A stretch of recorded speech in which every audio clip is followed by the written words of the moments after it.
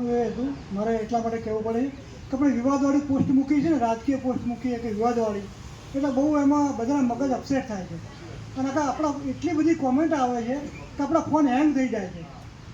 એટલે આપણે પહેલાં જ એવું શરત કરી હતી કે આપણે કોઈ રાજકીય પોસ્ટ નહીં મૂકીએ, આપણે કોઈ એવી વિવાદવાળી પોસ્ટ ન મૂકીએ કે જેથી કરીને આપણામાં એક મન દુઃખ ઊભું થાય. માતાજીને પ્રાર્થના આપણે કરીએ કે હવે એવું કોઈ નહીં કરે. વિવાદે વિષાદે પ્રમાદે પ્રવાસે જલે કાન લે પર્વતે શત્રુ મધ્યે અરણ્ય શરણ્ય સદામાં પ્રપાહી ગતિસમ તમેકમ ભવાની. આપણી ગતિ બધાની એક સરખી જ થવાની છે, એક માર્ગે જ આપણે જવાના છીએ.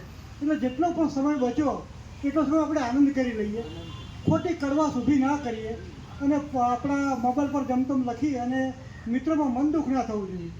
આપણે બધા ગતિના માર્ગે છીએ.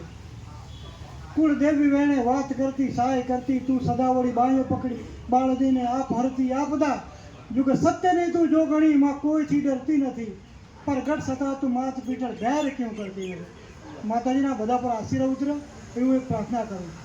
તો જીવન યાત્રા વિશે તો વિષય અઘરો છે, બહુ લાંબો ચાલે એવો છે, પણ મારા જીવન વિશે બધું કહેવાય એમ નથી. પણ બે ચાર શાયરી કહી દઉં. મુસીબત પડી તો આઠે પોર પડી, મુસીબત પડી તો આઠે પોર પડી, દુઃખ એ વાતનું છે કારણ વગર પડી. નિજ વેદના મહી મુજ વસ્ત દીર હતું વીતી ગઈ આખી રાત સવારે ખબર પડી. વિચાર મોતને તાકાત શું મારી શકે, જિંદગી તારો ઈશારો જોઈએ. જેટલા ઊંચે જવું હોય માનવી એટલા ઉન્નત વિચારો જોઈએ. વિચારોનો વિસ્તાર આ જગત છે ને, વિચારમાંથી આ બધું ઉત્પન્ન થયેલું છે ને. માટે આપણા વિચારો શુદ્ધ હશે, આચાર શુદ્ધ હશે તો આપણી ગતિ સારી જ થવાની. એમાં કોઈ બેમત નથી.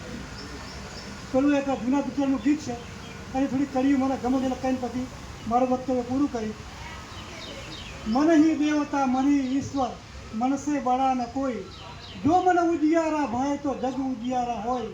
કિસ ઉજલે દર્પણ ગુણ પ્રાણી ધૂળ ન જબ મને પાए, तेरा मन दर्पण कहलाए.